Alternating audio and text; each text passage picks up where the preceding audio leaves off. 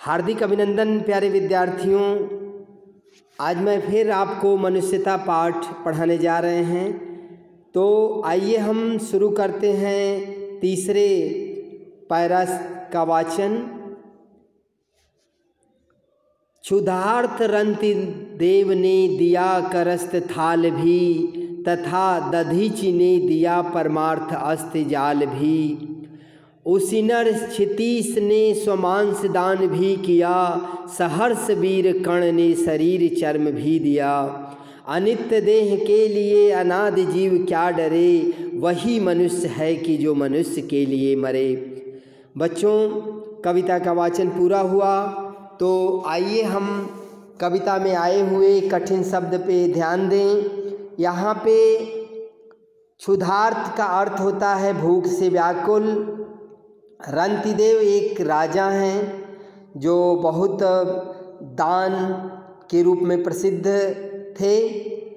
आगे देखिए उसी पहली पंक्ति में करस्त मतलब होता है हाथ में पकड़ा हुआ। पहली लाइन में आए हुए कठिन शब्द आपको बताया गया। अब दूसरी लाइन देखिए, दधीचि। दधीचि एक प्रसिद्ध ऋषि हैं थे जिन्होंने अपनी हड्डियां दान में दे दी थी। ठीक है, आगे देखो अगला परार्थ मतलब होता है दूसरों के लिए। अस्थिजाल का अर्थ है यहाँ पे हड्डियों का समूह। आगे देखिए तीसरी पंक्ति, उसिनर गांधार देश का राजा।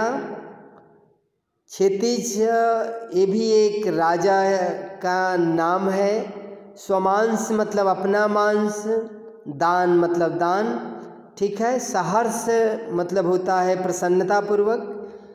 कर्ण आपको पता है महाभारत का एक पात्र। शरीर चर्म, शरीर की चमड़ी। आगे देखिए अनित्य देह। अनित्य मतलब होता है कि मरणशील, अनित्य। ठीक है, अनित्य देह मतलब शरीर होता है और अनित्य मतलब मरणशील होता है। ठीक है, तो आगे भी देखिए अनादि जीव क्या डरे। अनादि मतलब होता है एक तरह से मतलब जैसे प्राणी को भी बोलते हैं उसको अनादिकाल से, सनातन काल से चला आ रहा प्राणी, एक तरह से अमर प्राणी भी बोल सकते हैं। ठीक है ना। तो कविता में आए हुए सभी कठिन शब्द का अर्थ पूरा हुआ। तो आइए हम भावार्थ पे चलते हैं। तो शुरू कर रहे हैं भावार्थ।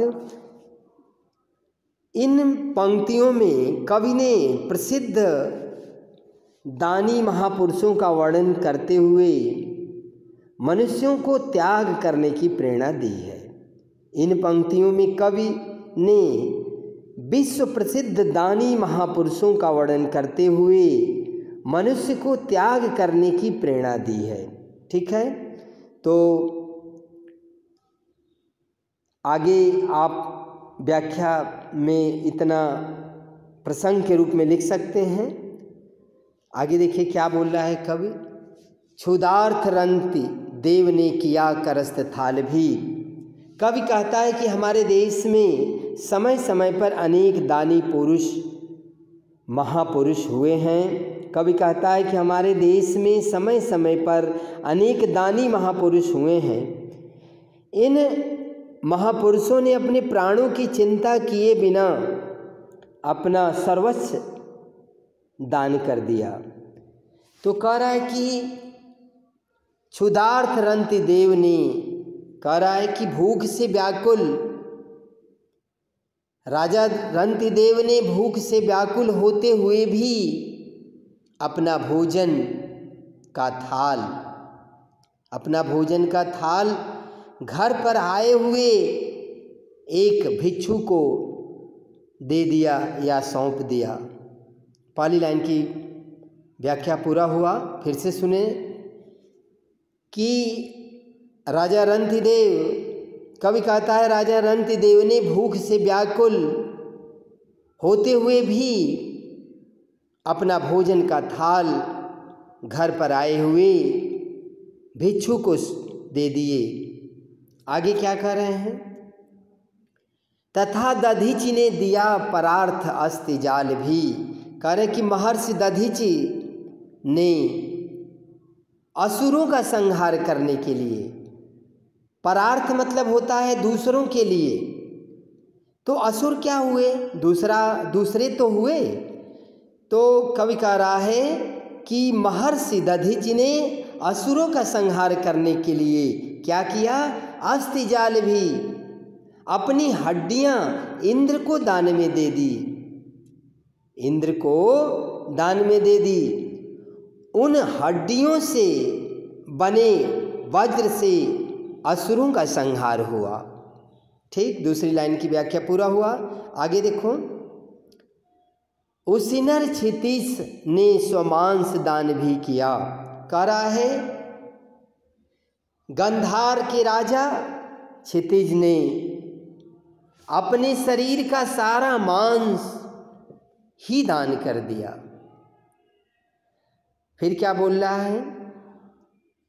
सहर्ष वीर कर्ण ने शरीर चर्म भी दिया। कर इसी तरह कुंती पुत्र कर्ण ने भी अपने कवच कुंडल इंद्र को दान में दे दिया। कवच कुंडल इंद्र को दान में दे दिया। ये कवच कुंडल उसे सूर्य द्वारा प्रदान किए गए थे और उसके प्राण के रक्षक थे, किंतु इंद्र द्वारा याचना करने पर उसने उन्हें दान कर दिया। आगे कह रहा है कवि, देखो, अनित देह के लिए अनादि जीव क्या डरे। कवि कह रहा है कि इस नश्वर शरीर के लिए, अनित देह, अनित मतलब होता है नश्वर शरीर, कह रहा है कि इस नश्वर शरीर के लिए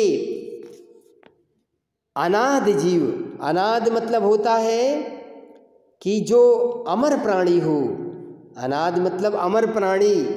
कवि कह रहा है कि इस नश्वर शरीर के लिए अमर प्राणी, अमर जीव को कभी डरना नहीं चाहिए। अर्थात शरीर नश्वर है और उसकी चिंता करना व्यर्थ है। आगे क्या कह रहा है? वही मनुष्य है कि जो मनुष्य के लिए मरे जिए। कह रहा कि वास्तव में सच्चा मनुष्य वही है जो इस संसार में दूसरों की सहायता करते हुए क्या होता है? मरता है और जीता है। तो बच्चों, तीसरे पैरा की व्याख्या पूरा हुआ। अब हम आते हैं चौथे पैरा की व्याख्या पर, तो आप थोड़ा सा ध्यान दीजिए। इसका सबसे पहले हम वाचन करेंगे, तो वाचन करने के बाद आपको शब्दार्थ बताया जाएगा। शब्दार्थ बताने के बाद उसका जो भावार्थ है वो हम लोग करेंगे। तो ठीक है, शुरू करते हैं। विरुद्धवाद नहीं, सॉरी, सहानुभूति चाहिए महाविभूति है, यही वशीकृता है, वशीकृता सदैव है बनी हुई स्वयं मही। विरुद्धवाद बुद्ध का दया प्रवाह में बहा, विनीत लोकवर्ग क्या न सामने झुका रहा। आहा वही उदार है, आहा वही उदार है,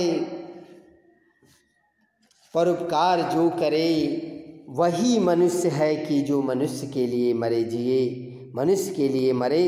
फिर से सुनो, सहानुभूति चाहिए महाविभूति है यही, वशीकृता सदैव है बनी हुई स्वयं मही। विरुद्धवाद बुद्ध का दया प्रवाह में बहा, विनीत लोक वर्ग क्या न सामने झुका रहा। आहा वही उदार है, परोपकार जो करे वही मनुष्य है कि जो मनुष्य के लिए मरे। तो वाचन पूरा हुआ। अब कविता में आए हुए कठिन शब्द पे आप ध्यान दीजिए। महाविभूति, महाविभूति, सहानुभूति। अब सहानुभूति तो आपको मालूम होना चाहिए इसका अर्थ, क्योंकि सरल शब्द है, काफ़ी प्रचलन में है। तो ठीक है, नहीं आपको ध्यान में आ रहा है तो मैं बता दे रहा हूँ। सहानुभूति का अर्थ यहाँ सद्भावना से है, अच्छा भावना, ठीक है। महाविभूति देखो, बड़ी भारी पूंजी, महाविभूति बड़ी भारी पूंजी। अब ये देखो दूसरी लाइन देखिए, वशीकृता। वशीकृता मतलब वश में की हुई। ठीक है, आगे देखो, सदैव तो मालूम ही है, मही पृथ्वी धरती। तीसरी लाइन पे देखो, विरुद्धवाद बुद्ध का दया प्रवाह में बहा। विरुद्धवाद बुद्ध का दया प्रवाह में बहा। ये पूरी पंक्ति का अर्थ मैं आपको बता दे रहा हूँ। महात्मा बुद्ध ने करुणावश उस समय की पारंपरिक मान्यताओं का विरोध किया था। पारंपरिक मान्यताओं का उन्होंने क्या किया था, विरोध कर लिया था। जो ऐसी मान्यता थी जो विकास में बाधा पहुंचा रही थी, तो उसका उन्होंने विरोध किया। ठीक है, आगे देखो, विनीत लोक वर्ग क्या न सामने झुका रहा। विनीत विनम्र भाव से। ठीक है, लोक वर्ग मतलब होता है लोगों के विभिन्न वर्ग, लोगों के विभिन्न वर्ग। भाई लोगों विभिन्न वर्ग जात पात तो हमारे भारतवर्ष में है ही है, भारतवर्ष के बाहर भी है। हम ऐसा नहीं कह सकते कि केवल भारतवर्ष में ही है, पूरे विश्व की बात हो रही है। आहा वही उदार है। उदार का अर्थ आपको पता ही है, पता है कि नहीं उदार का अर्थ? उदार मतलब दयालु होता है। ठीक है, आगे देखो, परोपकार तो आपको बताने की ज़रूरत ही नहीं है, दूसरों की भलाई करना। ठीक है, अब हम आते हैं व्याख्या पर। तो देखिए कवि क्या बोल रहा है, क्या कह रहा है कवि। कवि कह रहा है कि सहानुभूति चाहिए। कवि कहता है मानव को दूसरों के साथ सहानुभूति करनी चाहिए। सहानुभूति चाहिए, महाविभूति है यही। कवि कहता है कि मानव को दूसरों के साथ सहानुभूति करनी चाहिए।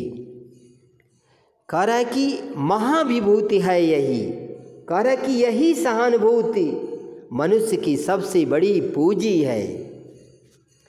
आगे क्या कह रहा है, वशीकृता सदैव है बनी हुई स्वयंमही।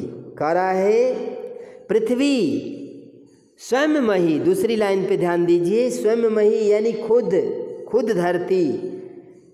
कह रहा है कि पृथ्वी हमेशा ऐसे ही लोगों के बस में रहती है। कैसे लोगों के बस में रहती है? जो दूसरों से सहानुभूति करता है। ठीक है ना। आगे देखो तीसरी लाइन, विरुद्धवाद बुद्ध का दया प्रवाह में बहा। कहा, कवि क्या कह रहा है, बुद्ध ने अपने कार्य से दया का जो प्रवाह बहाया, उसके कारण उनका सारा विरोध समाप्त हो गया। कहने का मतलब यह है कि हालांकि उन्होंने अपने समय की सारी परंपराओं का जबरदस्त विरोध किया था, किंतु उनकी करुणा को देखते हुए समाज के सभी वर्गों के लोग उनके सामने झुक गए। ठीक है, आगे देखो, आहा वही उदार है परोपकार जो करे। कवि कह रहा है सच्चा उदार मनुष्य वही है जो दूसरों की भलाई करता है, जो मनुष्यों के काम आता है। ठीक है ना। सच्चा उदार मनुष्य वही है जो दूसरों की भलाई करता है। वही मनुष्य है जो मनुष्य के लिए मरे। कवि कहता है कि सच्चा मनुष्य वही है जो दूसरों के लिए मरता है और जीता है। तो बच्चों, मुझे आशा है कि आपको इसकी व्याख्या समझ में आई होगी। अब हम अगले वीडियो में आपका 5वां पैरा का व्याख्या करते हुए मिलूँगा। तब तक के लिए धन्यवाद।